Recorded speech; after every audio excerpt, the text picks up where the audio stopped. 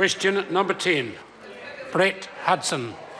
Thank you, Mr Speaker. My question is to the Minister for Building and Housing and asks, what changes is the government proposing to ensure New Zealand is more resilient to the significant risks we face from earthquakes? Mr Speaker. The Honourable Dr Nick Smith. Mr Speaker, we've made two significant announcements. The first is taking a more targeted approach to strengthening older buildings. We have zoned New Zealand into three categories of risk and varied timeframes to upgrade accordingly. We've also sped up the time for higher risk buildings like schools, hospitals and other emergency buildings in medium and high risk areas. The result of these changes is to reduce the estimated cost in net present value terms by about $500 million, while at the same time retaining the safety gains of 330 fewer deaths and 360 fewer serious injuries. Today I've also made announcements about post-emergency building management.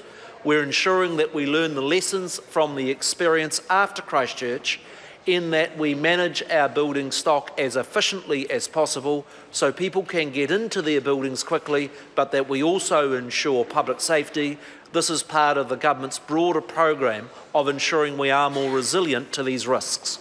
Supplementary. Supplementary question, Brett Hudson. To the Minister, what response has he had to taking a more risk-focused approach to the strengthening requirements for older buildings? Mr Speaker. Honourable Dr Nick Smith. Mr Speaker, the government's revised approach to earthquake strengthening has been widely welcomed.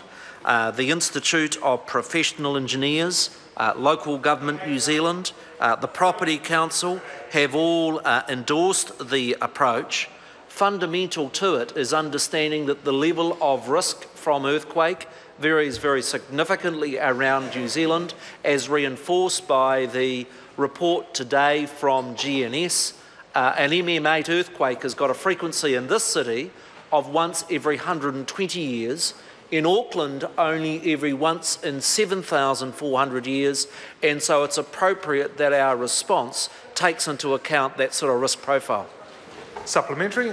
Supplementary question, Brett Hudson. Thank you, Mr Speaker. To the Minister, how do the changes announced today on post-disaster building management learn from the tragic experience of the Christchurch earthquakes? Mr Speaker. Honourable Dr Nick Smith. Mr Speaker, I think every member of this House can recall the huge tension after the earthquakes in 2010 and 2011 about post-earthquake management. Some owners and tenants of buildings be incredibly frustrated that they were not able to get access. There was confusion over the stickering system, and so consistent with the recommendations of the Royal Commission of Inquiry, we've changed that system. We're proposing to make changes to the Building Act, and I am confident that with these changes, were New Zealand, hopefully not, but if we were to experience a similar earthquake, we would be far better prepared to be able to manage those safety risks at the same time getting people access to their buildings more quickly. Supplementary question, the Honourable Damien O'Connor. Thank you, Mr Speaker.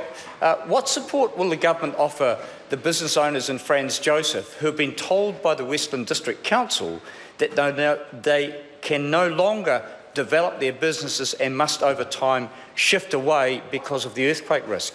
Mr Speaker. The Honourable Dr Nick Smith. Mr Speaker, the community of Franz Joseph is not indifferent to areas in my own constituency in Nelson where there are landslip and earthquake risks, to risks that are in Napier and all over the country. I note that during the 9 years that Labor was in office, the member made absolutely no progress in being able to convince his colleagues of providing money for Franz. Order. Point of order, Chris Hipkins. Mr Speaker, it was a relatively simple question without any political loading in it. It was simply asking the Minister what support will be supplied to the community of Franz Joseph. The Minister hasn't yet addressed the question and has simply begun an attack on the Labor Party. No, well, the Minister was attempting. He certainly is. He's certainly not answering it as directly as I might have hoped. I'm going to invite the Honourable Damien O'Connor to ask it again. I think I can suspect the answer. I'll ask the member to ask the question Thank again. you, Mr Honourable Speaker. Damien O'Connor. To the Minister, what support will the government offer to the business owners at Franz Joseph who've been told by the Western District Council, because of a report identifying the earthquake risk, that they may no longer further develop their businesses and must, over time, move from their current locations. Honourable Dr Nick Smith. Mr Speaker, the issues faced by the community of Franz Joseph are not indifferent to those faced all over New Zealand, where those risks are being better identified. And what I can promise the member is that this government will give those businesses and Franz Joseph a better hearing than what they got under the previous government when representations were made and were ignored. Question number 11, the Right Honourable Winston Peters. Speaker, this question